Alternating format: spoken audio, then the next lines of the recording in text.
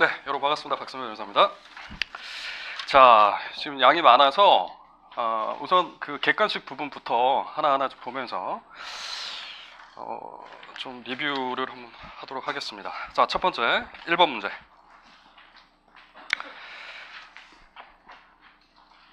자, 증거 능력에 관한 설명들. 자, 1번과 2번은 전형적인 그 독수독가 원칙 그리고 그 예외와 관련되는 것들입니다. 그래서 여러분 그 문제 1번의 그 선택지 1번 같은 경우는 보통 이렇게 사례 문제 여러분이 그대로 설시해 줘야 되는 문구 중에 하나예요. 그래서 이 부분이 틀리면 안 되죠.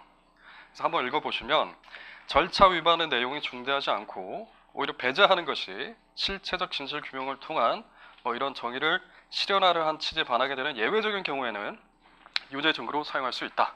이 문구 정도를 외워두셔야 됩니다. 자, 그 말이 무슨 얘기인가 하면 2번입니다.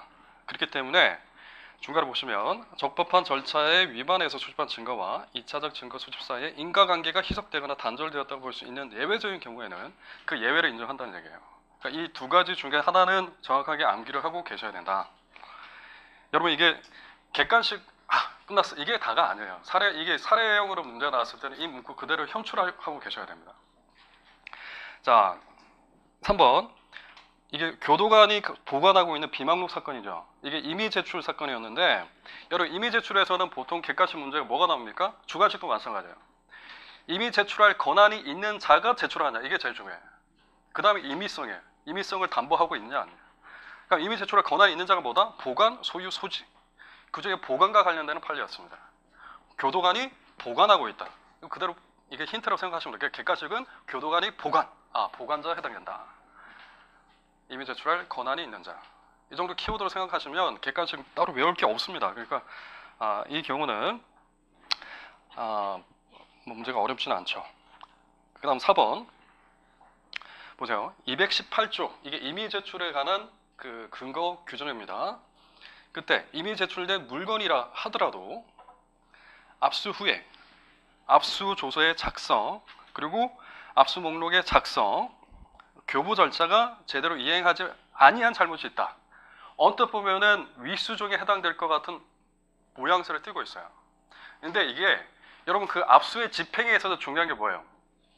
개별 제시 그리고 사전 제시 그리고 이 같은 경우에 압수한 이후에 압수 목록을 즉시 교부 이런 것들은 막 이런 집행 절차가 중요하단 말이에요. 그래서 바로 압수 조서나 이런 부분을 하지 않았다, 작성하지 않았다, 압수 목록을 작성하지 않았다 이러면 위수종이 될 것 같은데 본사는 뭐였어요? 임의 제출 사안이었잖아요. 임의 제출 자체가 영장 없는 압수를 전제로 하는 것이고 이는 사후 영장도 필요로 하지 않죠. 그렇기 때문에 이 같은 경우는 어떻게 일반적인 압수 집행에 의해서 요구되는 압수 목록 작성을 바로 즉시 하지 않았다 하더라도 이게 중대한 법 위반은 아니다 이거예요.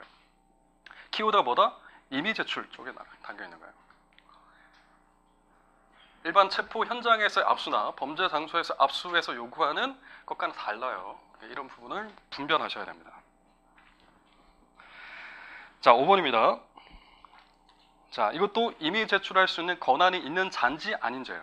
어디에 있었습니까? 피고인의 주거지 앞마당에 있었던 물건이었습니다. 누가? 피해자가 주워서 갔단 말이에요.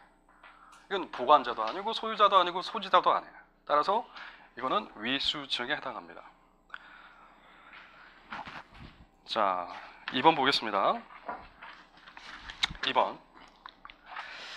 자, 증거 능력에 관한 다음 기술 중에 옳지 않은 것은. 자, 검찰관이 쭉 보시면 형사사법 공조 절차를 거치지 아니한 채 외국의 현지 출장에서 어디 밑줄 쳐야 돼. 그곳에서 본 판례 사안의 그곳은 어디였냐면 외국 호텔이었어요. 호텔 안에서 검사 피신 조사가 있었던 겁니다. 여기서 피신 조사가 이건 진술 조서죠.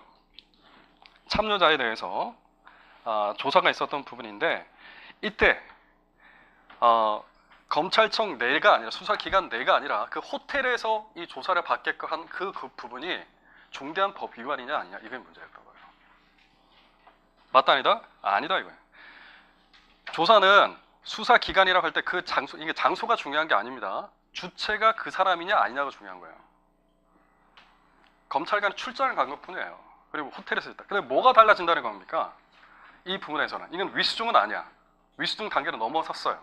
적법한 증거 수집에 해당된다. 다만 특신 상황이 문제되는 판례였어요. 호텔에서 조사를 받았기 때문에 특신 상황을 인정하기가 어렵다라고 판단되는 그런 사안이었습니다.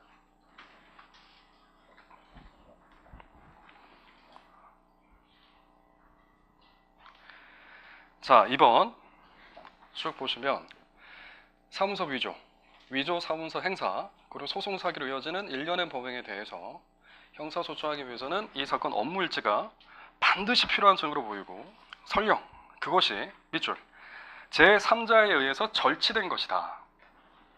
그리고 또 하나 또 위법적인 사유가 또 있어요. 내려가시면 피해자 측으로부터 대가를 지급받았다 하는 부분 나오죠.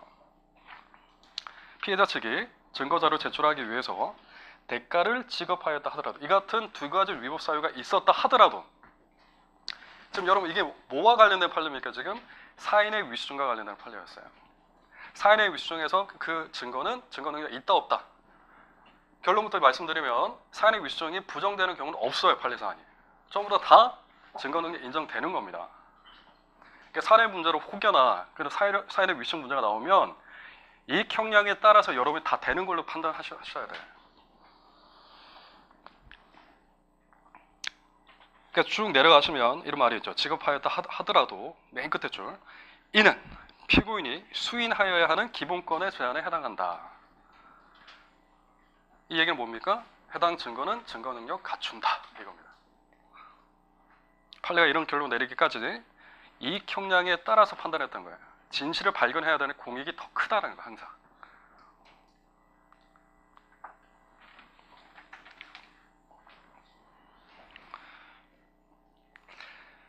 자, 그 다음에 3번에 그래서 만약에 여러분 아까 전에 피고인의 집 앞에 있었던 그 물건이 있었죠. 이걸 피해자가 이미 제출했다가 아니라 피해자가 그 해당되는 물건을 절취를 해갖고 갖고 왔어요. 갖고 있는 중에 보관하고 있는 중에 이 물건을 이미 제출했다라고 하면 사안이 바뀌면 어떻게 된다고요?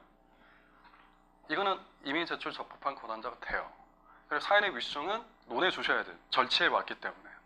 이분 될까요 안 될까요? 문제되지 않죠. 이익 형량에 따라서. 이렇게 문제를 조금만 바꿔도 이거 결과가 달라지는 부분이 나옵니다. 자, 3번 보겠습니다. 여기서 그 핵심 부분은 뭐냐면 대상물에 대한 지문 채취가 먼저 이루어지고요. 자, 그러니까 지문 채취가 먼저 적법하게 이루어지고 난 다음에 그 다음에 적법한 절차에 의하지 아니한 채 압수가 된 거예요. 이게 독수독가로 볼 수 있냐 이 얘기예요. 2차 증거 됩니까? 아니죠. 순서가 바뀌어야지. 위법한 압수가 있고 그 다음에 거기에 기초해서 마련됐다라고 하면 독수독가인데 이거는 적법하게 먼저 채취가 됐단 말이에요. 그 부분이 있기 때문에 이는 독수독가가 아니에요.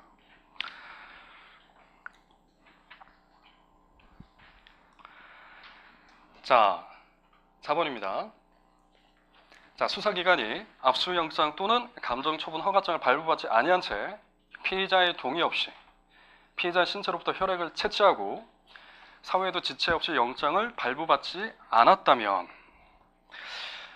나중에 그 체포나 압수 사안에서 제가 이게 그 사례 문제를 어떤 사례 문제를 낼까 좀 고민했던 사안 중에 하나가 혈액 채취하는 방법을 다 논하시오라는 문제 낼까도 고민했던 부분이 있었습니다. 이 문제입니다. 자, 이 부분을 보시면 이게 강제 수사에 해당되는 걸 알고 계시죠? 그때 필요한 영장은 뭐다? 압수영장, 감정처분 허가장이라네. 그러나 긴급하게 압수를 해야 되는 사안이기 때문에 이 영장을 받을 시간이 없어요. 영장 없이 압수해야 되는 근거를 마련해야 되는데 판례는 어떻게 보고 있다? 범죄 장소에 준한단 말이에요. 어디를? 후송된 응급실을. 후송된 응급실을 범죄 장소에 준하는 것으로 보고 범죄 장소에서의 영장 압수로 가요. 그러니까 사후 처분에 뭐가 필요합니까? 사후 영장이 요구되잖아요. 근데 본사과 같은 경우에 사후에도 지체 없이 영장을 발부받지 않았다. 이건 위수증이라는 얘기입니다. 그리고 그 혈액의 알코올 농도에 관한 감정 해보는 이게 뭘까요? 이건 2차 증거예요. 여러분 분명하게 구분하셔야 됩니다. 적법한 영장, 사후 영장이 없었기 때문에 압수된 혈액은 위수증이에요. 그 위수증에 근거하는 감정 해보는 2차 증거예요. 1차 증거든 2차 증거든 인간관계 단절 희석될 사유 없습니다. 그런 부분 살짝 언급해 주시고 나중에 어떻게 증거 동의 대상도 될 수 없다. 이렇게 다 적어 주셔야 사례 문제 다 해결되는 거예요. 자, 5번입니다. 자, 음란물 유포의 범죄 혐의를 쭉 보시면 사법경찰리가 피의자의 주거지를 수색하는 과정에서 대마를 발견하자 피의자를 마약류 관리 법률 위반죄 현행범으로 체포를 하면서 대마를 압수했답니다. 예를 들면 여러분, 다른 범죄 사실로 그 사람이 주거하고 있는 장소를 수색을 하다가 대마를 발견했어요. 그 대마를 어떠한 조치 없이 그냥 갖고 올 수는 없어요. 그 사람에 대한 어떤 신체적인 압박이나 뭔가 어떤 행위를 하고 난 다음에서야, 사람에 대한 뭔가 있고 난 다음에서야 물건에 대해서 이루어질 수 있는 거예요. 문재인 대통령이 뭐라고 그랬습니까? 사람이 먼저다. 사람.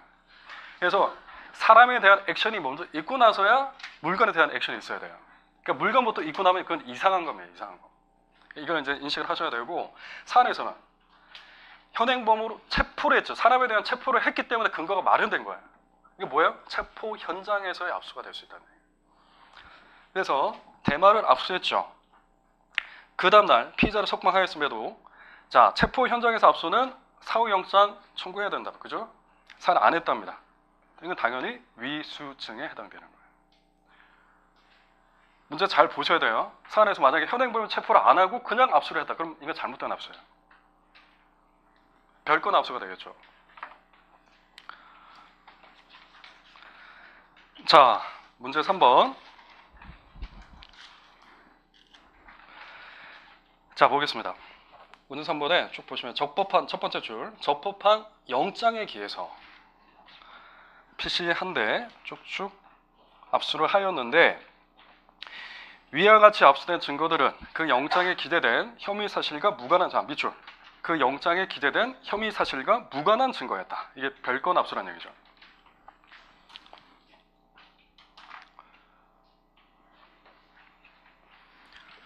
그리고 별건 압수뿐만 문제가 될 뿐만 아니고, 보시면 압수 목록을 교부하지도 않았어요. 압수 조서도 작성하지 않았고, 여러 가지 위법한 사항들이 지금 나타납니다. 나아가서, 자, 담당 검사는 위 사무실에서 압수한 증거들을 피압수자에게 반환하는 등의 조치를 취하지 아니하고 보유하고 있다가 한참 후에야 갑 동생인 A를 불러서 이렇게 승낙서를 작성한 다음에 세무공무원 B에게 이를 임의 제출하도록 하였다. 이게 임의 제출 사안이었거든요. 이 엄청 중요한 판례죠. 이게 2년 전에 사례 문제로도 나왔습니다. 그해 아마 최신 판례 중 제일 중요했던 판례 중 하나였어요. 이게 사례 문제로 나왔던 부분인데, 이게 뭐였어요? 별건 압수 후에 이를 함부를 했다가 다시 임의 제출 받았던 사안인데, 과연 이 임의 제출이 인과관계 단절 희석으로 인해서 증거능력을 갖출 수 있겠느냐 없겠느냐가 문제됐던 사안이었습니다. 자, 문제 보겠습니다. 1번. 자, 갑이 수사관 K가 적법한 영장에 기해서 압수를 하는 것. 이는, 자, 잘못된 위법한 영장에 의해서 이루어진 압수로서 압수를 오인해서 방해 의사를 가지고 만약 상해를 가했다. 이 오인에 정당한 이유가 있는 경우라면, 여러분 이거 놀라셨나요? 이거 형법 문제가 나와서. 이게 어떤 사안입니까? 오상방해 사안이죠. 저는 어떻게 배웠냐면 오상방해를 오전 이렇게 배웠어요. 오전. 위전 착할 때 오전. 그래서 오상방해는 위법성 전제 사실에 대한 착오의 문제다. 위전. 자, 위전착과 관련해서 판례 태도는 뭡니까? 좀 독특한 판례 태도이죠. 그 오인에 정당한 이유가 있으면 위법성이 조각된다고 봐요. 위전착의 문제는 학술적인 문제를 보면 법효과 제한적 책임서를 따르면 책임의 문제나 위법성의 문제도 여러 가지, 아니면 구성요건의 문제, 여러 가지 학술 견해가 있는데, 보통은 통설이 뭡니까? 법효과 제한적 책임서를 책임의 문제로 봐요. 그런데 판례는 어떻게? 오인에 정당한 이유가 있으면 위법성이 조각된다. 위법성의 문제로 봐요. 자, 이 부분도 정확하게 알아두시면 되겠습니다. 자, 2번.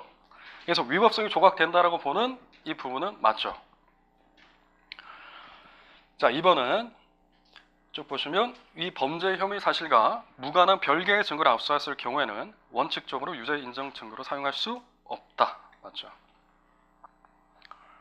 3번에서, 자, 범죄와 관련 없는 증거를 함부하고 후에 밑줄 이미 제출받았다.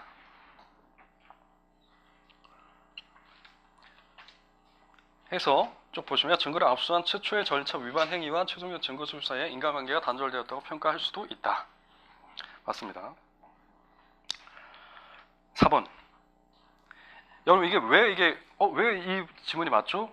고민하실 수 있는데 사례 문제에서 지금 이미 제출이라고 이미 결론을 내줬단 말이에요. 만약에 그 임의성 자체에 대해 다투면 이 자체가 문제는 될 수 있겠죠. 근데 이 부분은 임의성 부분에 다 인정하고 이미 제출했다 이렇게 했기 때문에 이걸 전제로 간다면 이 부분에 대해서는 인과관계 단절 해석을 통해서 증거 능력을 해소할 수 있다 이렇게 가셔야 됩니다. 자, 문제 4번. 자, 한부 후에 다시 제출하는 과정에서 우월적 지위에 의해서 이미 제출 명목으로 실질적으로 강제적인 압수가 행해질 수 있기 때문에 자, 제출에 임의성이 있다는 점에 관해서 검사가 누가 한다고요? 검사가 입증해야 돼요. 검사가. 얘도 이 포인트죠. 피고인이 입증하는 게 아닙니다. 검사가 입증을 해야 된다. 합리적 의심을 배제할 수 있을 정도로 증명해야 된다. 그래서 임의성이 확정되면 이 제출이 뭐가 된다? 이미 제출이 된다는 얘기예요.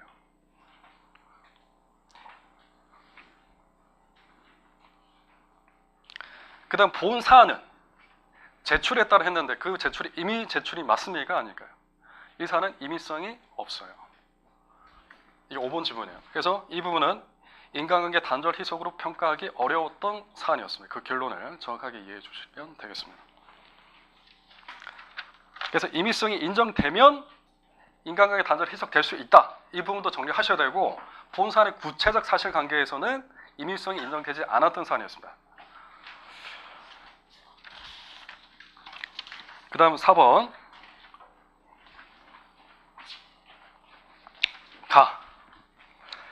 자, 피고인에 대한 공소사실 중에서 땡땡 물류 관련 자, 밑줄 땡땡 물류 관련 간세법 위반의 점. 땡땡 물류라는 그 회사와 관련된 모든 것들이 아니라 그 관련한 간세법 위반의 점에 대해서만 지금 문제되는 거예요. 그런데 해당 증거가 자, 땡땡 물류 관련 서류 이게 너무 넓게 지금 잡혔단 말이에요. 지금 전산 자료 출력물 이것도 넓게 잡혔어요. 이게 뭐다? 별건 압수에 해당되는 거예요. 이건 그냥 객관식 이게 중요한 판례도 아니기 때문에 어떻게 압류된다? 땡땡 물류 관련 간세법 위반 이렇게 협소하게 수식을 하고 있는데 그 다음 압수 대상은 뭐였어요? 땡땡 물류 관련 서류라고 해서 지금 넓게 들어와 있단 말이에요. 그러니까 이 부분은 별건 압수가 된다. 그리고 중간에 보시면 피고인이 수사기관에서 한 자백 역시 자백을 했는데 인과관계 단절이 희석된다 안 된다? 단절될 수 없다라고 보는 거예요. 그래서 밑에서 보시면 둘째 줄 보시면 인과관계가 희석되거나 단절된다고 볼 수가 없어서 유죄 증거로 삼을 수 없다. 자, 나와 보겠습니다. 184조의 증거보존 절차 있죠. 이게 증인신문을 하면서 당사자에게 참여권 보장해줘야 됩니다. 그 조문이 있단 말이에요. 그러니까 당사자에 대한 참여권을 보장해주지 않고 이 그러니까 증거보존이죠. 증거보존 절차가 진행됐어요.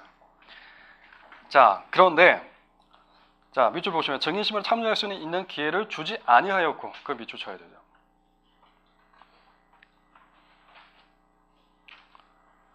그리고 또 변호인이 뭐였죠? 밑줄 이의 신청을 하였다는 거예요.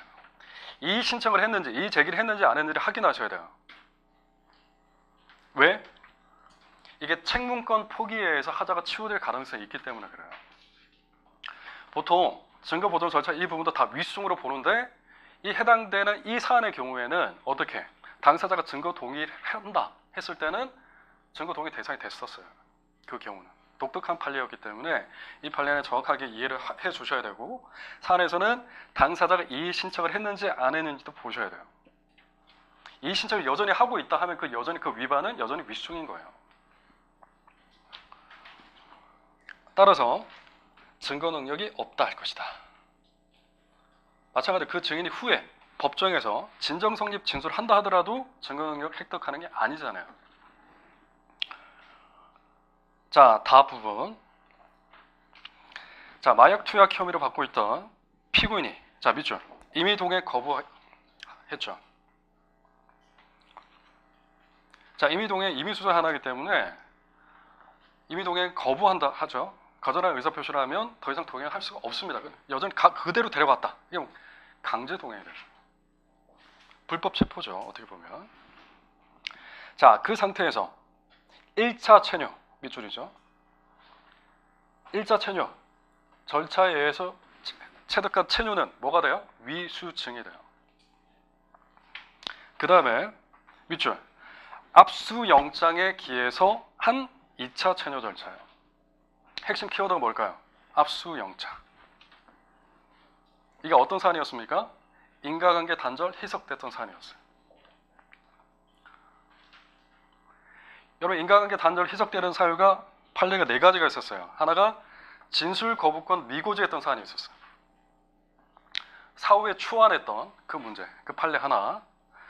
이 판례는 워낙에 중요하기 때문에 객관식 무조건 나온다고 생각하고 4개를 준비하고 있어야 돼요. 둘째는 구속영장 집행에 있어서 사전 제시를 해줘야 되는데 그 제시를 안 해줬어요. 근데 이게 집행에 있어서의 문제, 위법적인 문제가 있었기 때문에 나중에 추안하거나 했을 때는 이런 하자 다 치유된다고 봤었어요. 이 부분도. 셋째는 금방 했던 이 판례입니다. 2차 체류 절차 앞서서 압수영장에 기해서 2차 체류 절차가 이루어져 이 사안. 셋째는 영장 없이 그 매출 전표 거래 명의자에 관한 정보를 획득했던 사안이 있었습니다. 영장 없이 매출 전표의 거래 명의자의 정보를 획득했던 그 사안에 있어서도 사후 초안이 이루어지고 막 이런 부분이 있었기 때문에 이 부분에서도 인과관계 단절 희석되는 사유가 해당된다라는 판례가 있습니다. 이 4가지를 기억해 주셔야 돼요. 지금 다 사안에서는 아마 여러분 기억하실지 모르겠는데 6월 모의고사에도 이 같은 위법한 체포 하에서 1차 체류가 이루어지고 압수영장에 의해서 2차 체류가 이루어진 그 사안이 비슷한 게 나왔었어요. 그때 사례에서 결론이 달랐습니다. 단순히 압수영장을 받았다고 해서 인과관계 단절 희석되지 않는다 결론이었어요. 본 사안은 이 판례는 뭐냐면 그 압수영장을 받았던 사등도 있는 데다가 거기다 긴급체포라는 별도의 사후 어떤 절차도 했고 미란다 원칙도 뭐 고지하고 여러 가지 그런 사유가 있었어요. 그런 사유가 있었기 때문에 다 희석됐던 것이지 단순히 압수영장이 있었다고 해서 희석되는 건 아닙니다. 그런데 객관식을 위해서는 이 정도 표준만 기억을 하시라 이거죠. 자, 위법한 강제 연행 상태. 자, 밑줄. 위법한 강제 연행 상태예요. 호흡 측정했죠. 그때 나온 결과는 당연히 위수증이야. 위수증이 맞아요. 여러분, 호흡 측정에 불응할 때 어떻게 하죠? 스스로가 혈액 채취를 요청할 수 있습니다. 이게 스스로 자발적인 의사에 기해서 했기 때문에 이 부분은 인과관계 단절 희석된다 안 된다? 될까요 안 될까요? 안 된다니까요. 되는 경우는 아까 얘기했던 그 4가지 뿐이야. 나머지 부분에 대해서는 안 돼요. 인과관계 단절 희석이 안 된다 이렇게 정리를 하셔야 돼요. 따라서 스스로 혈액 채취 방법에 의해서 측정을 했다 하더라도 이런 예외적으로 증거 등 인정되는 2차적 증거에 해당하지는 않는다가 결론이었습니다. 자, 마 부분. 마는 그렇게 중요한 것 같지는 않아요. 중간에 보시면 이른바 팩킥 감청. 팩킥 감청이라는 게 있는데 여러분 이건 영장 받으면 가능하다 안 하다? 가능하다가 결론입니다. 영장이 있으면 가능하다. 보시면 이른바 팩킥 감청은 그 특성상 수사 목적과 무관한 통신 내용이나 제3자의 통신 내용도 감청할 때 우려가 있기 때문에 절대 허용되지 않는다. 이 문구가 맞다 안 맞다? 틀렸다는 얘기예요. 영장에 있으면 가능하다. 팩킥 감청도 감청에 해당되기 때문에 감청이 영장에 있으면 가능하죠. 똑같은 그 원리가 적용된다는 겁니다. 이거 중요하지 않아요. 이 부분 몰라 됩니다. 자, 5번. 자, 어떤 진술이 기재된 서류가 밑줄 내용의 진실성이에요.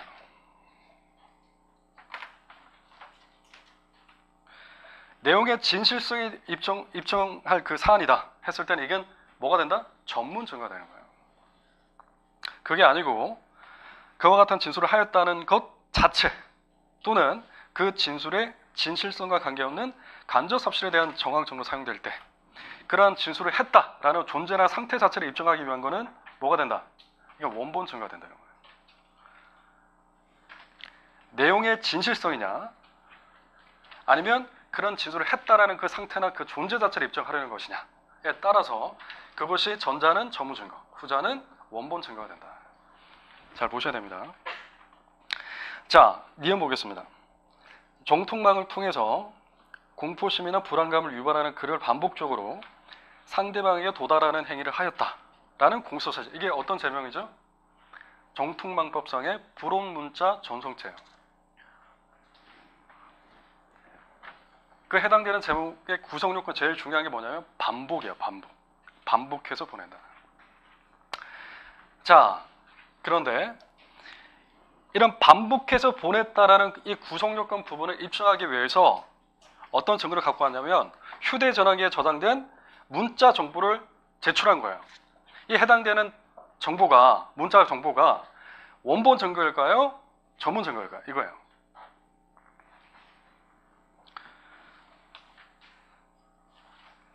예를 들면 이런 겁니다. 문자 정보를, 야, 내가 사람을 많이 죽여봐서 아는데 넌 나의 말 안 듣고 하면은 내가 그때 느꼈던 희열을 너에게 그대로 고스란히 전해줄 거야. 이런 말을 적었다 쳐봐요.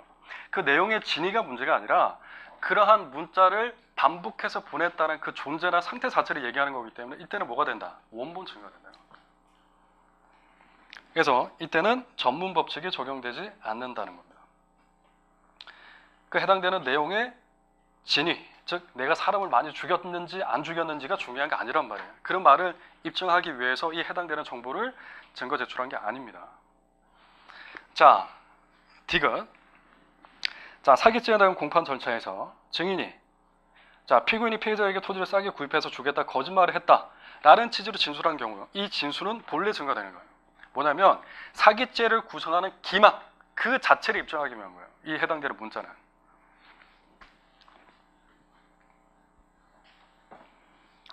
그러니까 사기죄의 기막이라는 구성요건 그 자체를 증명하기 위해서 위와 같은 말을 했다라는 그 내용의 진위가 중요한 게 아니에요. 얼마나 싸게 팔았다 안 팔았다 이게 중요한 게 아니라 그 같은 말을 했다 안 했다를 입증하기 위한 용도이기 때문에 이는 원본 증거가 되는 겁니다. 이게 일주일이 지나잖아요. 그러면 아리까를 헷갈려요. 또 틀릴 거예요. 그러니까 어떻게 생각하셔야 되냐면 이게 사기죄에서 이게 88 체육관 사건이거든요. 소위 얘기하는. 이게 88 체육관 부지 사건인데 이 사기죄에서 기만과 관련되는 이 같은 멘트가 나타났다 했을 때는 원본 증거가 된다 정도만 인식하고 있으면 됩니다. 자, 그 다음 리얼입니다. 리얼 보시면, 자, 범죄 현장을 목격한 자를 참고인으로 조사한 경찰관이 법정에서, 자, 참고인이 범죄 현장을 목격했다고 말했다는 취지로 증언하더라도 이 증언은 어떤 증언입니까? 참고인을 조사한 경찰관이 나와서 얘기한 거예요. 조사자 증언이에요. 우리 사례 문제도 나왔죠. 조사 증언 부분. 자, 그 전문 증거의 문제는 주소 찾기 문제예요. 주소 찾기 문제. 이 조사자 증언은 몇 조입니까? 여기는 316조 1항입니까? 2항입니까? 원 진술자가 피고인이에요? 피고인이 아닌 자예요? 참고인이 얘기하고 있잖아요. 피고인이 아닌 자예요. 그러니까 316조 2항인 거예요. 2항의 예외 요건은 뭐예요? 주소를 찾았으니 예외 요건 찾아야죠. 불특이란 말이에요. 불특. 진술 불능. 그리고 특신 상황이에요. 그럼 진술 불능해야 돼. 누가? 원 진술자가 진술 불능하는 사정이 있어야 돼요. 사안에서 원 진술자가 밑줄 법정에 출석해 있잖아요. 이 진술 불능 요건을 갖추지 못하기 때문에 당연히 증거 능력이 없다. 자, 그 다음에 검증 조서는 그 작성 주체가 검사냐 사법경찰관이냐에 따라서 다릅니까? 요건이? 요건이 뭐죠? 적실이잖아요. 적실. 적법 절차. 그 다음 실제 진정성 예배요. 주체에 따라 달라진다 안 상관없어요. 자, 그 다음 6번 보겠습니다.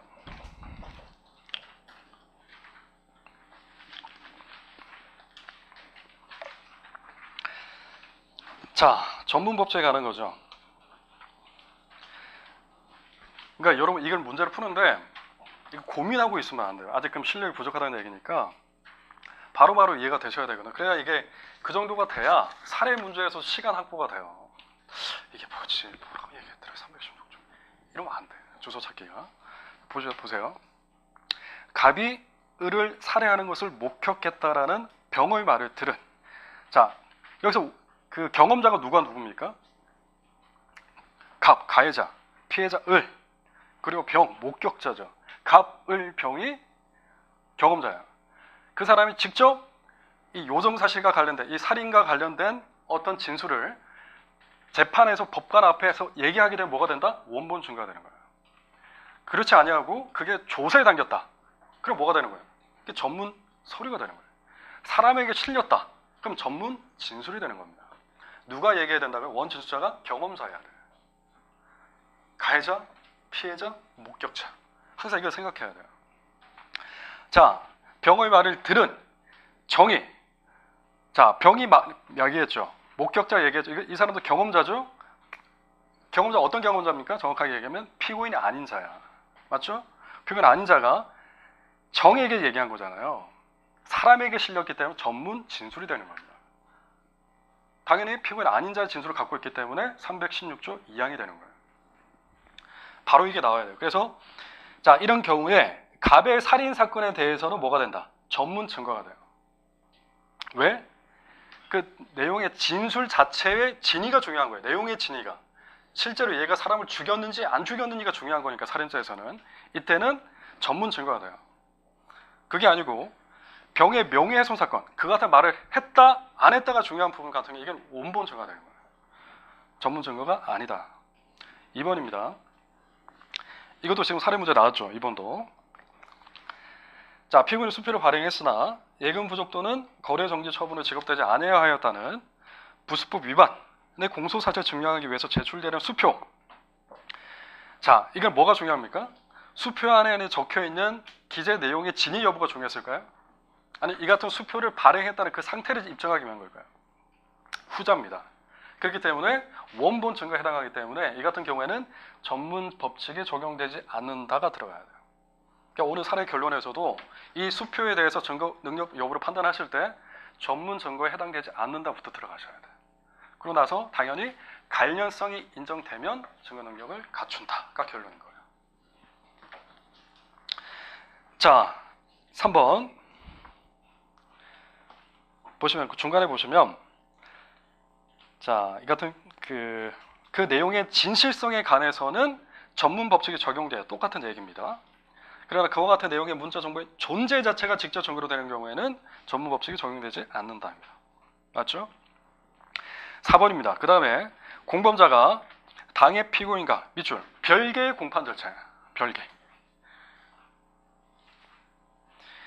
자, 밑에 보시면 형사소송법 제311조에서 규정한 법원 또는 법관의 조서. 이게 당연히 증거 능력을 갖춘 조서입니다. 공비가 되기 전에는 신검을 받아야 돼요. 공비 전 신검, 이게 311조에 해당되는 사안들이었어요. 기억나나요? 공판조서, 공판 준비조서, 증거 보존 절차에서 그 마련된 조서, 증인신문 조서에서 마련된 조서, 그 다음 검증조서 같은 경우는 당연히 증거 능력 인정되는 조서에 해당돼요. 자, 이 부분에서 311조에서 얘기하는 공판조서, 공판 준비조서, 이게 뭐예요? 당해 사건에 관련된 것이어야 된다 이거예요. 사안에서는 별개 공판 절차죠. 그러니까 311조는 아니다 이거예요. 몇 조? 315조 기타 특신사항에서 작성된 조서라는 거예요.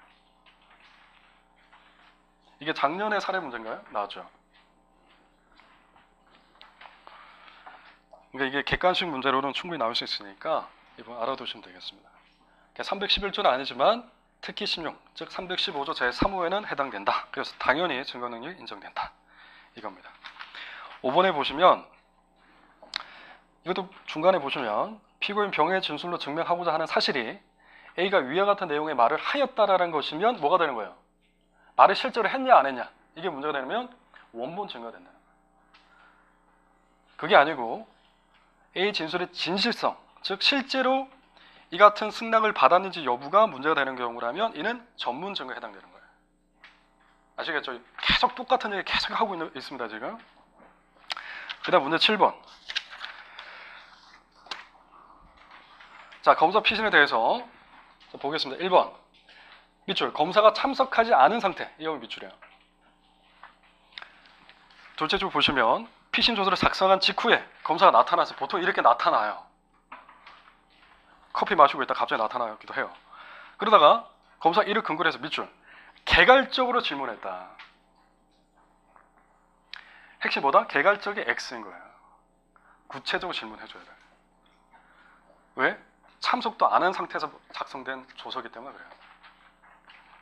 그래서 개괄적으로 질문했다면 X가 되는 거예요. 검사 피신이 아니라는 얘기입니다. 자, 2번은 좀 보시면 검사의 수사 과정에서 작성된 것이라면 밑줄 진술 조서, 진술서, 자술서 어떤 형식을 취하였다 하더라도 피신 조서와 마찬가지로 취급된다 이겁니다. 그러니까 실질을 가지고 판단하는 거예요.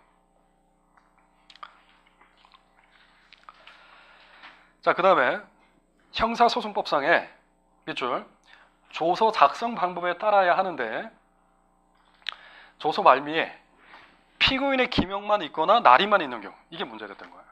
모두 같이 있어야 되는데 검사 기명 날인도 있어야 돼요. 검사 누구누구 하고 도장 찍어야지. 근데 그게 없었다는 거예요. 살아납니까? 그 하자가 경미한 경우에는 하자가 경미할 수가 없어요. 공적 소유의 그 요건을 중대하게 흠결하는 부분이기 때문에 이건 살아날 수가 없다. 증거 능력이 인정되지 않는다라는 겁니다.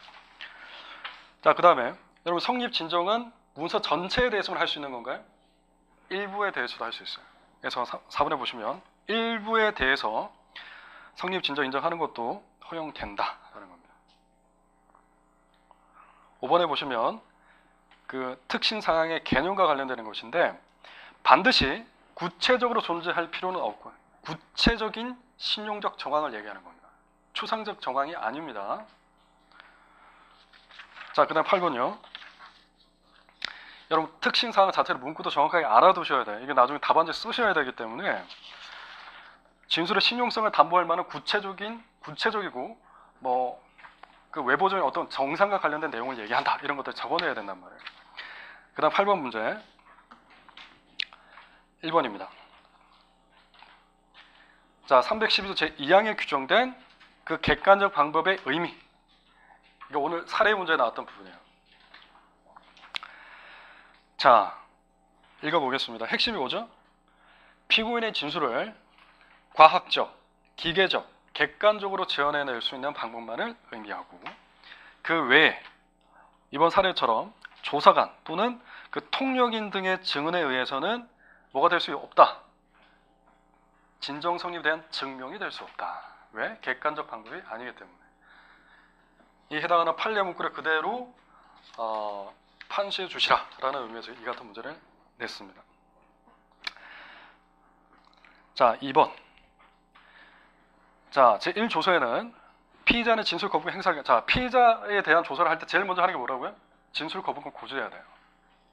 자, 진술 거부권 고지는 고지하는 데서 끝나는 게 아닙니다. 고지에 대한 답변을 정확하게 받는 것까지 해야 돼. 요리를 하는 건 요리하는 게 아니라 요리하고 설거지까지 하는 걸 다 의미한다라고 얘기하는 똑같다 그랬잖아요. 자, 그래서 어떻게 한다고요?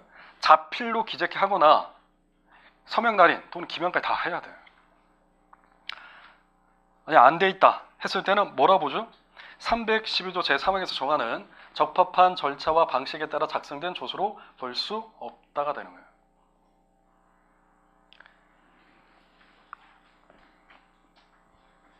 자, 정내에서 적이 아니라는 얘기예요. 적실특반에서 아니요, 적실특이죠. 적실특에서 적이 아니라는 얘기입니다. 자, 3번은 자, 갑은 쭉 보시면 한번 읽어볼까요? 다른 사건의 구속 중인 그 다음날 예정된 정식의 참고인 조사를 앞두고 이 사건 진술을 작성하게 되었고 갑이 진술서 작성하면서 자, 피고인에게 금품을 교환한 정확한 일시를 기억하지 못하자 다른 사람을 A를 소환해서 갑으로 하여금 A와 대화를 나눈 뒤에 자, 이 사건 진술서를 작성하도록 하였답니다. 이 진술서의 정체는 뭘까요? 제가 사례 문제도 냈는데 실제로 진술서, 자술서라는 문제가 나왔을 때는 313조를 묻는 경우도 있을 수 있지만 진술서가 아닐 수 있기 때문에 문제가 되는 거예요. 주소를 헷갈리게 하기 위해서. 왜? 수사 과정에서 지금 만들었잖아요. 그렇기 때문에 312조 제5항을 타고 들어가야 돼. 그리고 그 진술자가 누구예요? 피의자가 아니기 때문에 참고인이에요. 그래서 진술 조서가 돼요. 312조 제4항이 돼야 되는 겁니다. 어찌됐든 이게 피신 조서든 진술 조서든 간에 뭘 해야 되죠? 진술 과정을, 수사 과정을 기록으로 해줘야 돼. 언제 도착했고, 언제부터 조사 들어가기 시작해서, 언제 조사가 끝나고, 언제부터 열람이 시작됐고, 열람이 끝났는지 이런 것들 다 적어줘야 돼. 맨 끝에. 수사 과정을 기록으로 해줘야 되는데 자칫 진술서 형식으로 받고 끝나기 때문에 이 수사 과정을 기록하는 게 누락될 수 있단 말이에요. 이게 큰 하자예요. 자, 보시면 이어서 보겠습니다. 이 사건 진술서에는 그날 갑에 대해서 진행된 조사 과정에 관한 내용이 기재되어 있지 않고, 또한 그 조사 과정을 별도로 기록한 자료가 제출되어 있지 않고 있어요. 이는 적법한 절차와 방식을 위배한 위법사항이에요. 그래서 아무리 진정성리 진술 받아냈다 하더라도 못 살아난다는 겁니다. 이게 올해 변호사 시험 객관식 문제 똑같이 나왔어요. 비슷한 문제가. 자, 그 다음에 4번. 자, 검찰에 송치되기 전에, 자, 중요한 건 뭐냐면 송치예요, 송치 여러분. 실제로 송치가 됐느냐 안 됐느냐가 중요한 거예요. 그래서 송치가 안 됐다면 아무리 검사가 이렇게 미리 가서 조사를 받아냈다 하더라도 이건 검사 피신이 될 수가 없어요. 송치의 개념이 뭡니까? 경찰에서부터 그 기록이 검찰로 넘어갔다, 이게 송치 개념이에요. 그러니까 송치가 중요하다니까요. 송치가 안 됐으면 검사 피신이 될 수 없다고 생각하셔야 돼요. 그래서 송치되기 전에 검사가 작성했어요. 이는 송치 후에 작성된 검사 작성의 피신 조사와 마찬가지로 취급된다? 아니다. 다르다. 자, 5번 보겠습니다. 자, 피고인이 증거 서류의 진정 성립을 묻는 검사의 질문에 대해서, 자, 밑줄 진술 거부권을 행사했답니다. 이게 314조의 그 진술 불능 요건에 해당될까 안 될까를 묻는 거예요. 여러분, 진술 거부권이든 증언 거부권이든 315 적용된다 안 된다? 안 된다가 결론이었습니다. 자, 안 된다. X. 자, 문제 9번. 자, 9번 1번. 자, 사법경찰관이 진술서의 형식으로 기재해서 제출케 했답니다. 이게 진술서가 아니라는 얘기죠. 뭐가 되죠? 이건 피의자를 대선한 거기 때문에 피신 조서가 되는 거예요. 그래서 그 진술서는 사경 작성 피신 조사와 마찬가지로 내용을 인정할 때 한해서 증거 능력이 인정된다. 맞죠? 맞습니다. 자, 2번. 자, 미국의 범죄수사대 연방수사국 수사관들이 작성한, 자, 밑줄 수사 보고서예요. 여러분, 수사 보고서의 정체가 뭐죠? 판례의 태도가 두 가지가 있어요. 하나는 금방 이 사안은 뭐예요? 이 사안은 피의자를 대상으로 했던 사안이기 때문에 이 사안은 312조 제3항으로 받던 사안이 있었습니다. 또 하나는 이건 정식 수사기관에 의한 것으로 보기 힘들다 이거예요. 수사 보고서 그 만들어진 부분은 그 뭐예요? 이거는 313조로 가야 된다라는 설이 있어요. 판례는 두 가지 입장입니다. 그래서 313조로 가는 진술서로 보는 형태, 또 하나는 금방 얘기하는 312조 제3항으로 가는 형태, 이 두 가지 판례가 나와요. 지금 해당되는 그 판례는 312조 제3항과 관련된 판례였습니다. 자, 그 다음에 여러분, 검사 이외 수사기관에 외국 수사기관도 포함되나요? 포함된다는 게 판례잖아요. 이건 문제가 되지 않아요. 그죠?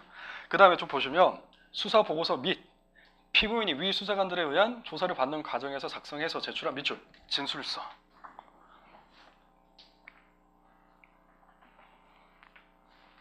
이 진술서의 정체가 뭡니까? 당연히 사경 표시는 되는 거예요. 그래서 둘 다 312조 제3항이 적용된다라는 판례가 있습니다. 자, 그 다음 3번 판례는, 3번 문제는 아까 금방 했던 내용입니다. 똑같은 문제고. 문제 4번 보겠습니다. 그 내용을 인정할 때 의미. 조서의 기재 내용이 진술한 대로 되어 있다. 내가 말한 대로 되어 있다. 이게 뭐예요? 이건 진정성립 문제예요. 내가 얘기한 게 실제로 객관적 사실이야. 이건 뭐예요? 이거는 내용 인정의 문제예요. 개념 헷갈리시면 안 됩니다. 그래서 내용 인정한다는 얘기는 뭐냐면 말한 대로 되어 있다가 아니라 그와 같은 진술 내용이 실제 사실과 부합한다. 객관적 사실이다. 이게 내용 인정의 개념이에요. 그 다음 5번입니다. 이게 형사 기록형에서도 쟁점됐던 문제가 있었어요. 5번이 뭐냐면 여러분 증거 목록에 나타나 있는 기재사항하고 공판에서 나와 있는 공판 조서에 적혀 있는 그 진술 내용하고 서로 상치돼요. 상반돼요. 그럼 어떤 내용이 우선할까요? 증거 목록 아니면 공판 조서에 적혀 있는 그 진술? 공판 조서예요. 그럼 증거 목록에 나타나 있는 그 부분은 착오로 봐야 돼요. 기재를. 보시면 자, 피고인이 밑줄 공소 사실 부인하고 있어요.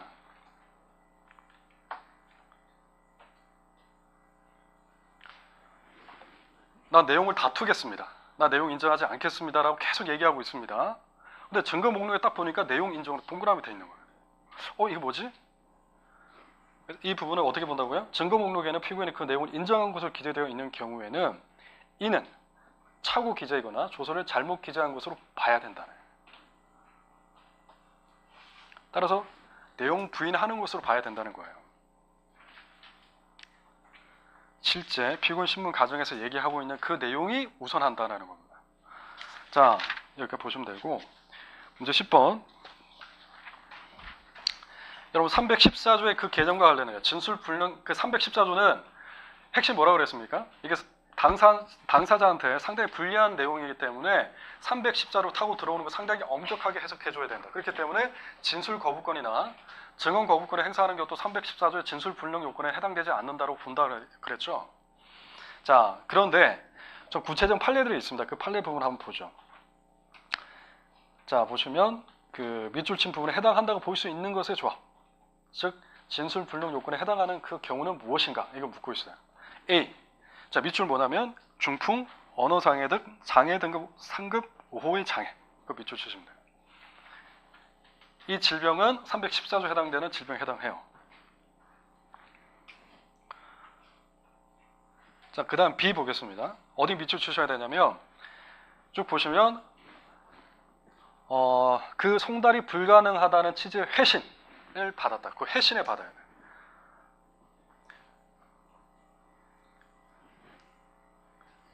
송달 불능이나 취지의 회신을 받았느냐 받지 않았느냐가 중요합니다. 회신을 받았다면 314조예요. 그 다음에 C입니다. 진술 거부권 행사. D예요. 증언 거부권 행사. 어떻게? 314 전부 다 엄격하게 해석하기 때문에 이는 전부 다 안 된다. 이거 사례 문제 너무 중요했던 문제이기 때문에 당연히 알고 계셔야 되는 사안입니다. 그 다음에 E입니다. E. 자, 진술 유할자가 일정한 주거를 가지고 있으면서도 법원의 소환에 계속 불응하고 구인하였다 하더라도 구인장이 집행되지 않은 경우. 키워드는 뭐냐면 집행이에요.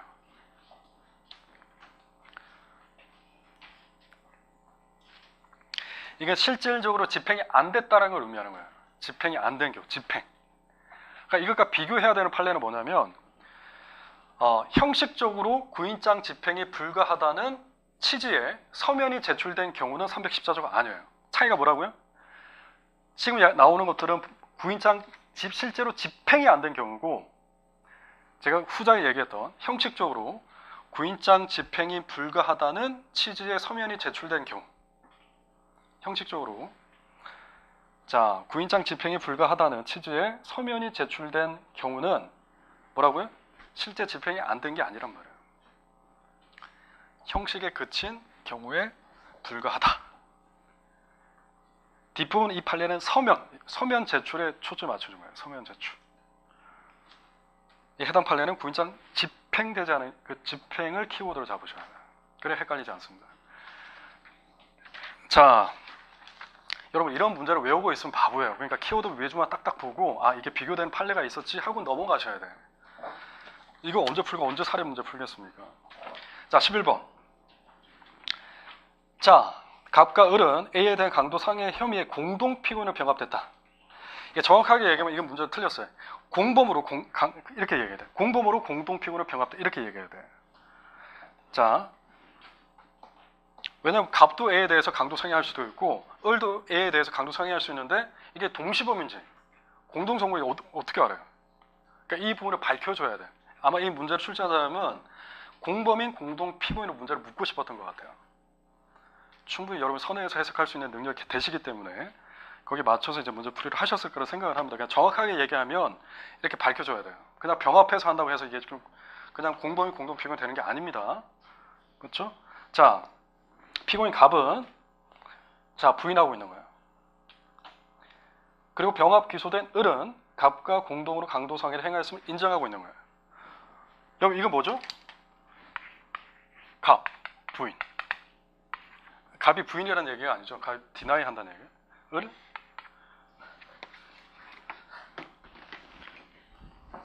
여러분하고 제가 오랜만에 보잖아요. 많이 달라져 있습니다, 제가. 이런 문제가 되면 보세요. 갑이 부인하고 을이 인정하는 거예요.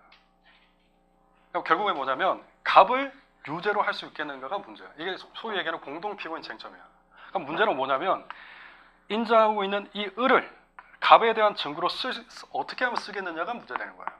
그럼 결국에는 이 을의 증거가 단계별로 나타나죠. 하나는 경찰 피신, 또 하나는 검사 피신, 또 하나는 법정 진술, 또 하나는 증언입니다.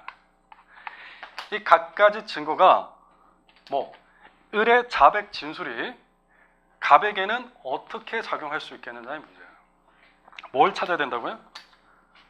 각각의 주소 찾기 문제, 그리고 요건 찾기 문제. 어떻게 됩니까? 이 경찰 표시는 갑에 대해서 쓴다. 을에 대해서 쓰는 건 당연한 거예요.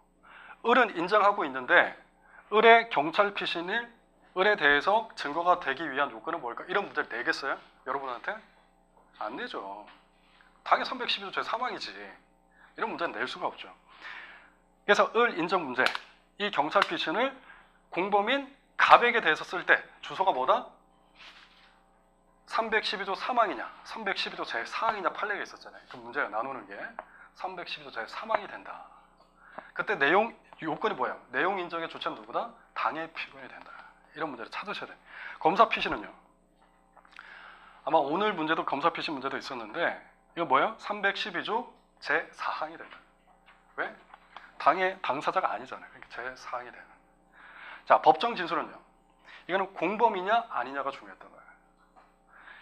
이 당사자의 관계가, 갑과 을의 관계가 공범이면 당연히 반대 신문권이 보장되는 것으로 전제를 판단하기 때문에 당의 증거능력을 갖춘다. 공범이 아니면 뭐 해야 돼요? 제3자 적격을 갖기 때문에 증인으로 보내야 돼요. 이거예요. 이 증언은요, 마찬가지로 똑같아요. 이게 공범이면 당연히 제3자성을 갖기 때문에 증인 적격이 인정되는 사람이고, 공범이면 이거는 당의 피고인이기 때문에 당의 피고인으로서 얘기를 해야 돼요. 그러나 변론을 분리하면 증인 적격을 가지기 때문에 어쩔 수 된다. 이런 판례가 있었잖아요. 이 부분의 문제인 겁니다. 그래서 이 부분 문제를 해당되는 그 객관식 문제에서 다 얘기를 하고 있어요. 그래서 한번 다 살펴보겠습니다. 바로바로 이해돼야 돼요. 이게 좀 헷갈리면 안 됩니다.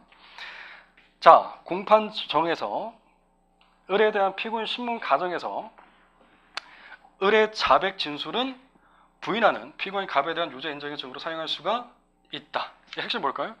피고인 신문 가정에서. 그게 핵심이에요.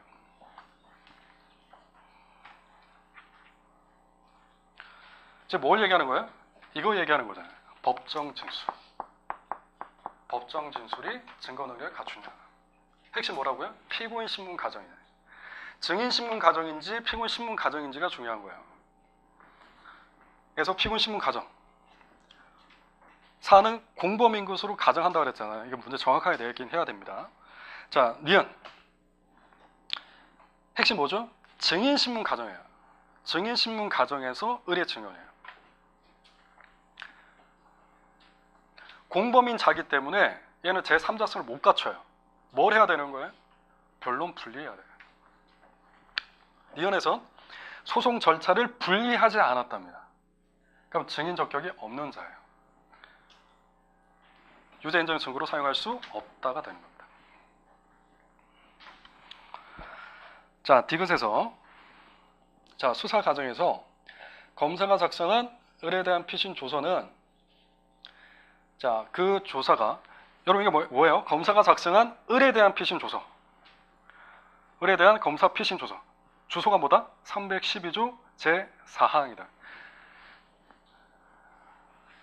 아시겠죠? 1항설이 있어요. 설이 있지만 이 설은 제4항이다. 이따가 사례 문제 풀 때 제가 다시 한번 언급해 드리도록 하겠습니다. 어떻게 답안 작성하셔야 되는지.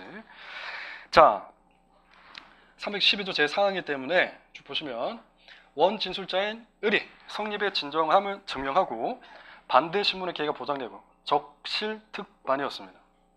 그래서 반대 신문 기회 보장되고 특신사항 증명된다면 증거를 할 수 있다. 맞죠? 자, 리얼 수사 과정에서 자, 사법경찰관리가 작성한 을에 대한 피의자 신문 조서는 원 진술자인 을이 공판정에서 내용을 인정하면 부인하는 피고인은 갑에 대해서 유죄인지 증거로 살 수 있다 없다? 할 수 없다. 주소가 뭐였죠? 312조 제3항설에서 공범인 사경피신. 공범자 사경피신은 312조 제3항. 그 중에서 내용 인정의 주체는 당해 피고인. 당해 피고인이 지금 내용 부인하고 있잖아요. 갑은 부인하는 사람이기 때문에 따라서 유죄 인정의 증거로 사용할 수 없다가 되는 겁니다. 자, 미음에서 을이 소송 계속 중에 사망을 했어요. 여러분, 을이 사망했답니다. 그러니까 항상 머릿속에 바로 314조가 생각나야 돼요. 오늘 사례 문제에서 제가 입원했다, 뭐 소재 불명됐다 이런 제가 적었죠. 그러면 이거는 각가지 전부 다 314조가 나와야 돼요.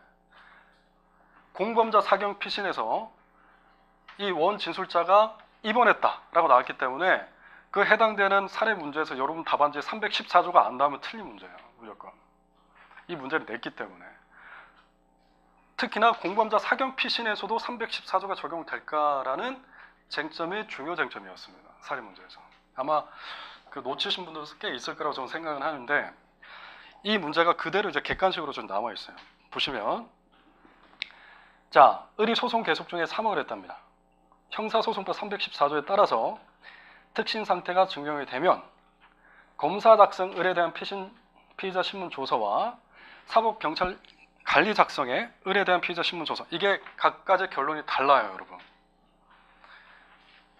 지금 을 경찰 피신 이게 몇 조 적용된다고 했죠, 제가? 312조 제3항. 이 검사 피신은 312조 제4항이에요. 하나는 사망, 하나는 사항입니다. 을이 어떻게 됐다고요? 사망했다고 했잖아요. 입원도 마찬가지예요. 사망 입원이 됐다.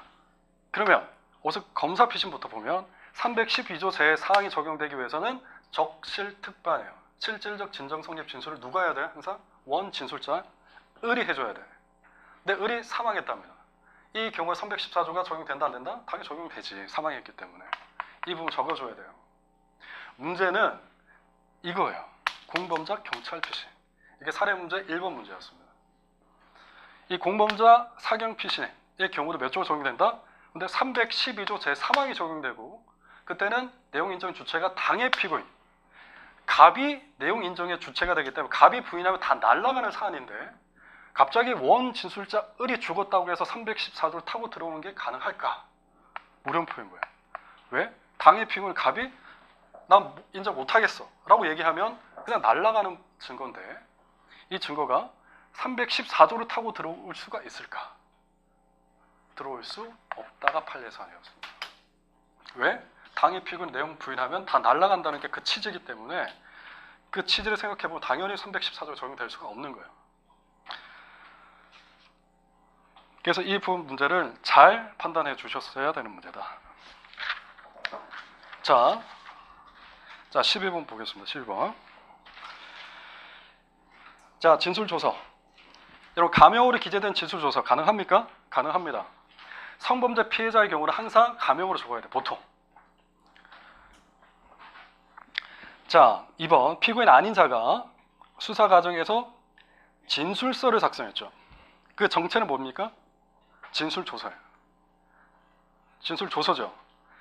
조서가 됐다는 얘기는 뭐예요? 수사 과정을 기록해줘야 된다는 겁니다.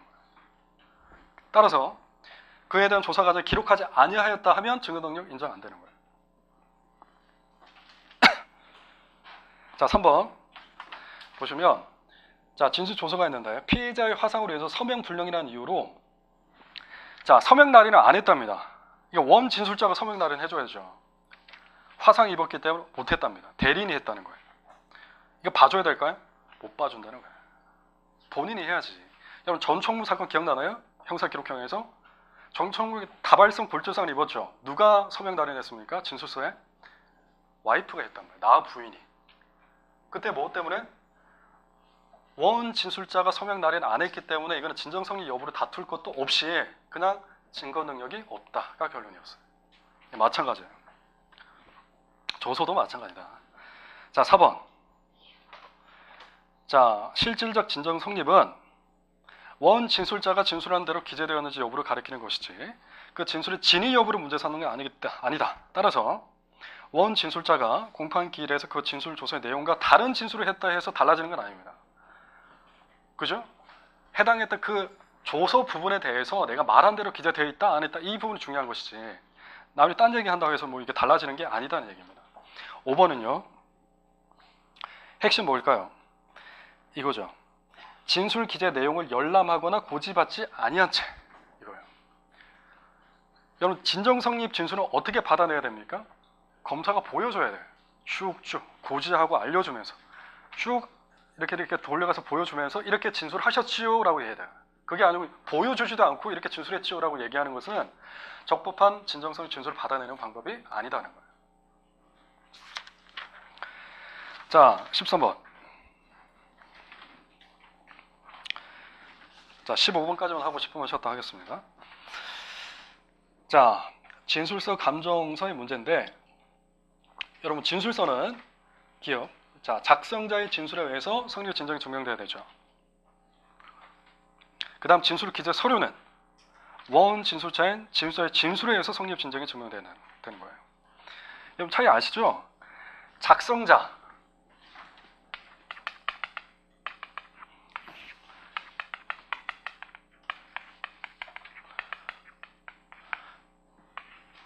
자, 형식적 진정 성립할 때 이건 뭐예요? 자필로 해야 돼요.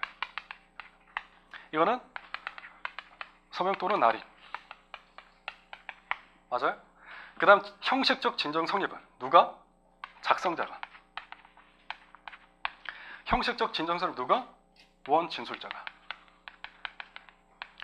진술 기재 서류는 원 진술자와 작성자가 따로 있다고 그랬죠. 작성자가 달라요. 이건 작성자만 있는 것이고 당연히 진정성립 진술을 작성자만 하는 것이고 이때 진정성립 진술은 그럼 작성자가 해야 되느냐 원 진술자가 해야 되냐 전문 전과는 항상 중심 누다? 원 진술자가 되는 거예요. 무조건 원 진술자. 그럼 이 서명 또는 날인도 누가 해야 되는 거예요? 원 진술자가 하는 거예요. 원 진술자가 서명 또는 날인 해야 되는 것이고 원 진술자가 진정성립 진술을 해야 되는 겁니다. 예외적인 경우가 뭐가 있는 거예요? 피고인의 진술을 담은 진술 기재 서류예요. 313조 제1항 단서.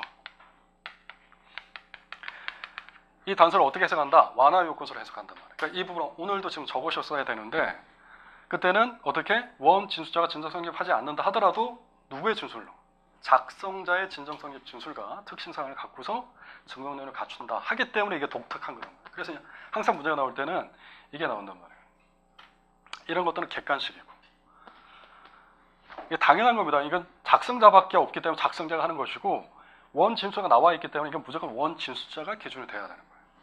보시면 기록도 진술 기재 서류는 원 진술자인 진술자의 진술에 의해서 성립 진정이 증명돼야 되는 거예요.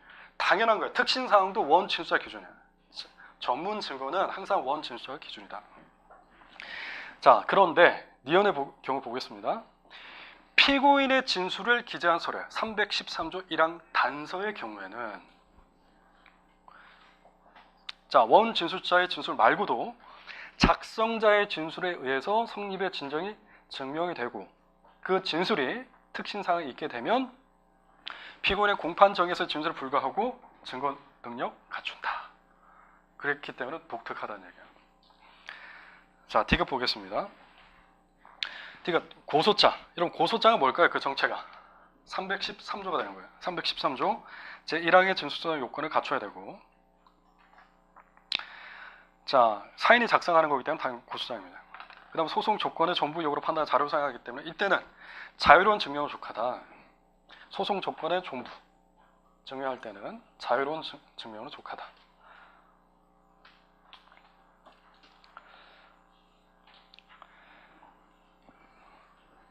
여러분 기억나나요? 그 자유로운 증명의 대상, 정소탄, 정상관계, 소송법적 사실, 그 다음 탄핵 증거. 정소탄의 경우는 자유로운 증명으로 족하다. 자, 그 다음에 리얼 보겠습니다. 리얼. 자, 고소인이 피고인과의 진술 내용을 녹음한 녹음 테이프에 대한 검증 조서 중에, 자, 피고인의 진술 내용이 증거 능력을 갖추기 위해서는, 자, 우선 이게 몇 조가 적용돼야 돼요? 주소 찾는 게 우선이에요. 여러분 검증 조서가 나왔을 때는 이것도 약간 좀 긴장을 하셔야 되는데, 여러분 법관이 작성한 검증 조서는 몇 조가 적용되죠? 법관이 작성한 검증 조서 311조예요. 공비전 심검할 때 그 검이에요. 수사기관이 작성한 검증 조서는 312조 6항입니다. 이게 헷갈리시면 안 돼요. 자, 본사의 경우에 만약에 이게 법관이 작성한 검증 조사라고 한다면 311조로서 그러면 당연히 증거 능력을 갖추게 되나? 이게 물음표인 거예요. 이게. 자, 여러분 이거 보시면 녹음 테이프가 있어요. 이 녹음 테이프를 법원에 현출시킬 수 있는 방법이 여러 가지가 있는데, 이걸 있는 그대로 갖다 주는 방법도 있고, 이걸 녹취서의 형태로 갖다 주는 방법도 있어요. 아주 친절하죠. 또 하나는 갖다 주면 이 상태에 대해서 법관이 검증 조서를 남기는 경우도 있습니다. 자, 녹취서로 이제 제출되게 되면 뭐 어떻게 되냐면, 이 원본 증거의 녹음 테이프와 이 녹취서가 동일한지와 관련해서 별도의 검증 조서가 작성이 돼요. 수타 판사한테 야, 판사 우배석, 자배석 이렇게 하면서 이 녹취서가 이 원본적인 녹음 테이프하고 동일한지 네가 한번 조서 작성해봐 라고 한단 말이에요. 그럼 이때 작성되는 게 검증 조서예요. 또 하나는 이 녹음 테이프를 그대로 옮겨놔. 그대로 옮겨서 검증 조서에 남기는 방법도 있습니다. 제가 지금 말씀드리고자 하는 바는 뭐냐면, 이같이 녹음 테이프와 녹취서가 동일하다 하는 것과 관련된 이 작성된 검증 조서는 검증 조서가 아니란 말이에요. 그러니까 뭐란 얘기예요? 녹취서나 녹음 테이프일 뿐이라는 얘기예요. 검증 조서가 문제가 아니야. 이 녹취서하고 녹음 테이프가 똑같은 건가 아닌가를 판단하는 이 검증 조서 부분은 그대로 옮긴다 하는 것들은 검증 조서가 아니에요. 311조가 아니고 뭐가 된다? 녹음 테이프의 정체, 녹취서의 정체에 따라서 결정된다는 거예요. 이게 뭐다? 313조가 된다는 거예요.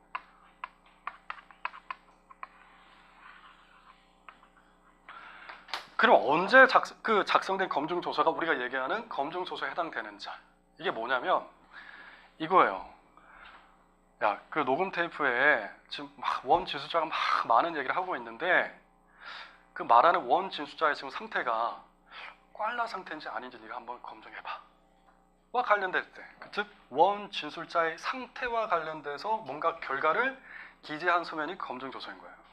그게 아니고 오관에 의해서 그 사람의 상태나 어떤 존재 그 부분에 대해서 적는 결과가 아니라, 이게 녹음 테이프와 녹취서와 똑같은지 그대로 옮겼는지 이런 것을 물어보는 검증 조서는 311조의 검증 조서가 아니란 말이에요.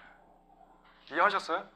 그렇기 때문에 검증 조서에 이게 현혹되시면 안 되고, 녹음 테이프, 소위 얘기하는 진술 기재 서류 그 형태에 대해서 집중하셔야 돼요. 따라서 보시면 사안에서 그 피고인의 진술 내용이 증거 능력을 갖추기 위해서는, 사안은 그럼 주소가 몇 조예요? 313조 1항 단서가 되는 겁니다. 왜? 그 해당되는 원 진술이 피고인의 진술이기 때문에. 당연히 작성자의 진정 성립 그리고 특신사항이 되는 거예요. 제 생각엔 아마 올해 문제가 좀 어렵게 나오면 이 검정수수 부분 파트가 나올 것 같아요. 충분히 나올 수 있다고 생각하거든요. 저는 나올 수 있습니다. 이거 객관식으로 계속해서 잡히는 문제인데 이게 문제를 한 바퀴 좀 틀면 이게 사례형으로도 나올 수 있을 거예요. 그럼 여러분이 문제 나왔을 때는 어떻게 접근해야 되냐면 이 해당되는 정체가 뭔지부터 밝혀주셔야 돼요. 이거 검증 조서가 아니다부터 밝혀주셔야 돼요. 그러니까 검증의 의미, 오관에 의해서 사람의 오관에 의해서 그 대상이나 그 목적물의 그 상태를 상태에 대한 분별이나 인식의 상태를 나타내는 그 결과물이 아니다. 이는 녹음 테이프 그 자체를 의미하는 것이다. 이 녹음 테이프는 진술 기재 서류에 준한다. 특히 사안은 피고인의 진술을 담고 있기 때문에 313조 1항 단서에 해당된다. 310조 1항 단서는 가중 요건이 아니고 완화 요건서라는 게 판례 입장이다. 따라서 작성자의 진정 성립과 특신 사항에 따라서 증거 능력을 갖추게 된다. 이렇게 들어가셔야 돼요. 자, 이렇게 보시면 되고 보시면 작성자의 진술에 의해서 녹음 테이프 녹음된 피고인의 진술 내용이 그대로 녹음됐다. 진정 성립 부분 입증이 되고 나아가서 특신 사항 증명이 되면 증거 능력을 갖춘다. 맞네요. 미음. 수사 과정에서 참고인이 작성한 진술서.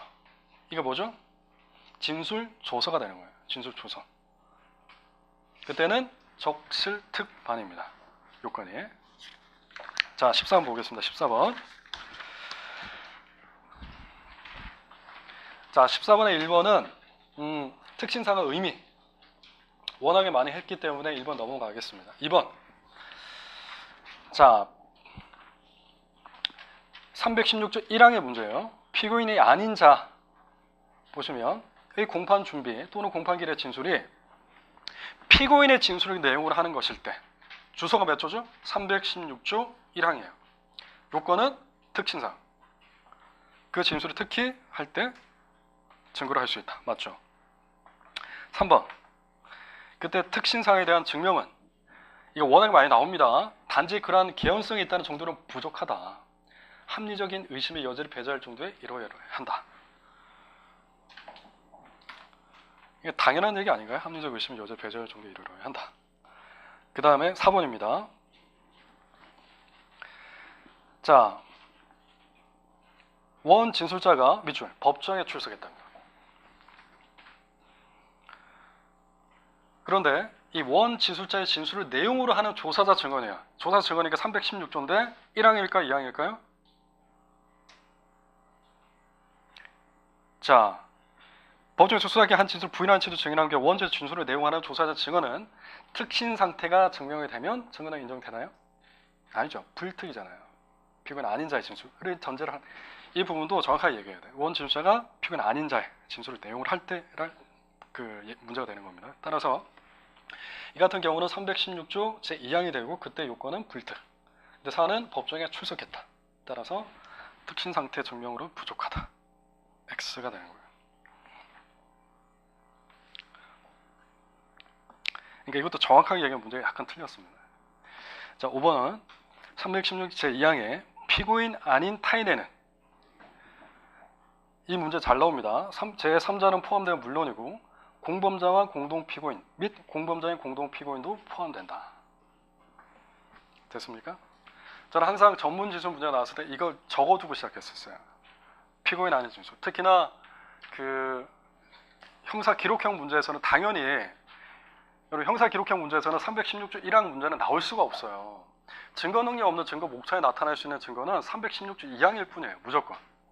그렇지 않아요?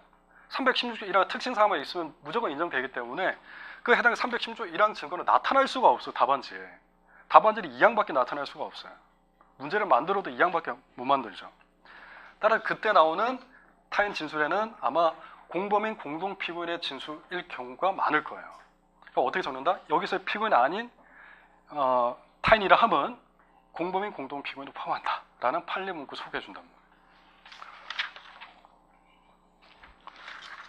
자, 그 다음에 15번.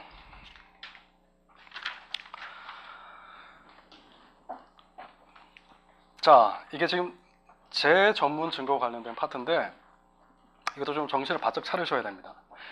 자, 만 17세죠. 강간은 피해자입니다. 자, 그러다가 어머니 병에게 알렸어요. 피해 사실을 알렸죠. 우선 강간 피해자는 경험자입니다. 범죄 사실의 경험자. 그러니까 경험자, 지금 을이 경험자라는 걸 우선 인지를 하셔야 돼.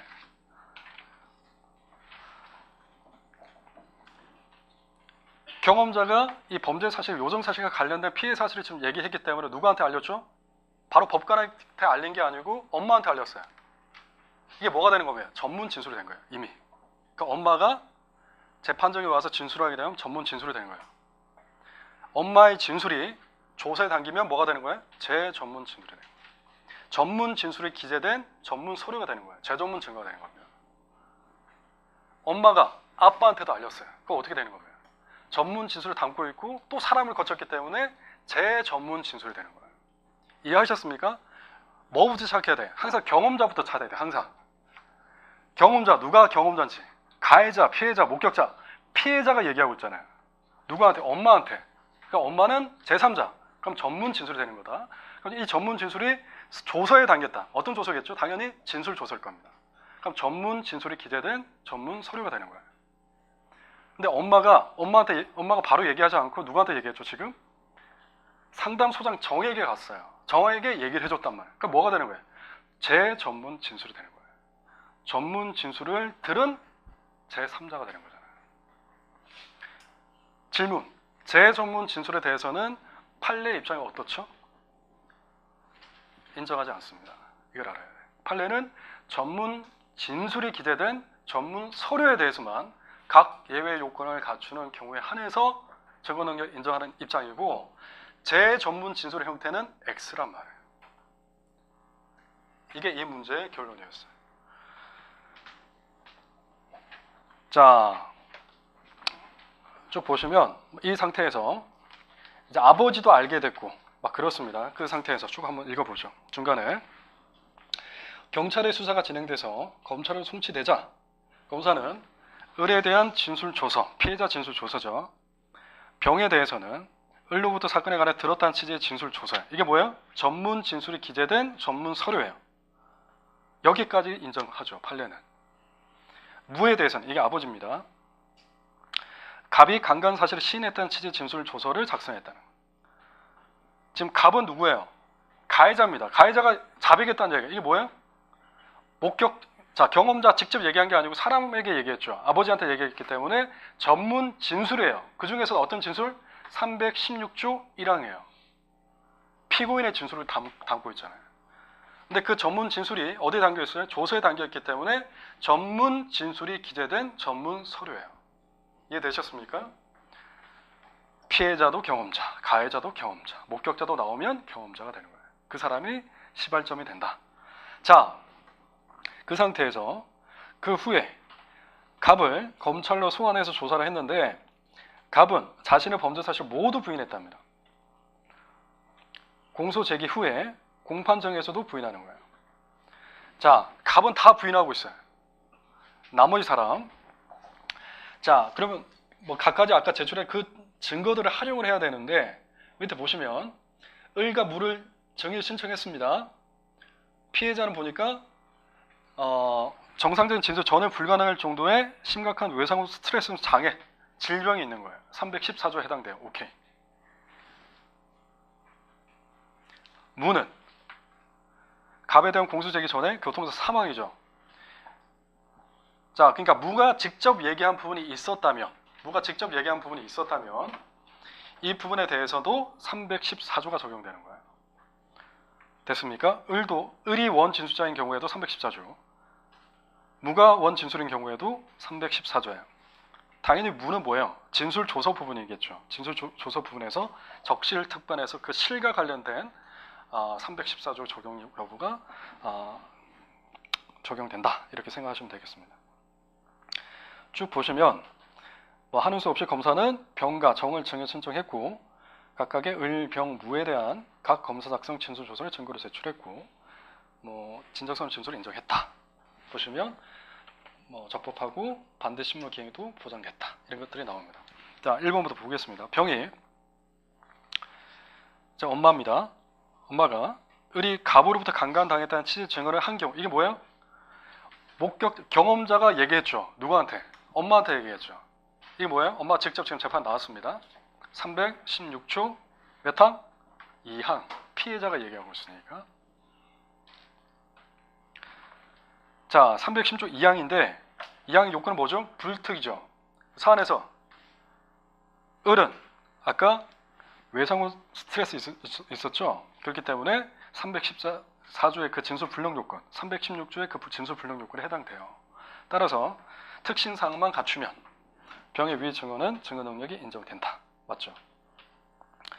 그 다음 2번 보겠습니다. 자, 정은 상담소장이었습니다. 을이 갑으로부터 강간당했던 취지의 증언을 한 경우에 을이 병이 정에게 한 각 진술이 특히 신빙성, 이게 무슨 얘기예요? 원 진술자가 을이죠. 그 다음에 병으로 갔습니다. 그리고 정으로 간 거예요. 원 진술자 을, 엄마 병, 그 다음에 상담소장 정입니다. 자, 엄마가 직접 재판에 와서 얘기했다. 그럼 몇 조가 되죠? 316조 원 진술자는 피해자니까 2항. 이 정한테 또 얘기했어요. 저한테 또 얘기했습니다. 이때는 제 전문 진술이에요. 우선 제 전문 진술 자체가 증거 능력 갖출 수 있는가 판례 부분이 있으니까 판례는 뭐예요? 엄마와 관련되니까 이것도 316조 별도의 2항을 갖추면 되는 건가요? 이게 물어보는 거예요. 아니다 이게. 제 전문 진술이기 때문에 이 같은 경우는 각각의 예외 요건을 갖춘다 하더라도 안 된다. 이 부분은. 자, 그래서 행해졌다면 정의 위 진술은 증언은 증거 능력이 없다가 되는 거예요. 됐죠? 이걸 헷갈리면 안 됩니다. 자, 3번. 을에 대한 검사 작성의 진술 조서는, 자, 을에 대한 검사 작성의 조서는 몇 조? 312조 제4항 적실특반. 그런데 이 원 진술자가 지금 못 나와요. 314조 적용되죠? 그때 어떤 요건? 불특에서 특만 갖추면 되죠. 불은 성립하니까 당연히 오죠. 행해졌다면 증거 능력이 있다. 자, 4번은요. 병에 대한 검사 작성의 진술 조서. 이거 뭐였습니까? 제 전문 증거였어요. 특히나 전문 진술이 기재된 전문 서류였습니다. 자, 이 부분은 을이 병에게 한 진술 및 병의 검찰 진술이 특히 신빙할 수 있는 상태에서 행해졌다면 증거 능력이 있다. 이것도 300 몇 조죠? 전문 진술에 기재한 전문 서류니까. 진술 조서 부분은 312조 제4항. 전문 진술 부분은 316조 2항입니다. 불특이죠. 불특. 그러나 불요건은 만족하고 있으니까 특신사항을 갖추면 된다. 5번은요. 이거 똑같아요. 이거는 전문 진술을 기재한 전문 서류인데 이 같은 경우는 316조 2항이 아니라 피고인으로부터 직접 들었기 때문에, 가해자로부터 직접 들었기 때문에 316조 1항과 312조 제4항을 갖춰야 되는 사안이었습니다. 이 부분을 보시면 되겠습니다. 한 10분만 쉬었다가 나머지 부분하고 사례 문제 보도록 하겠습니다.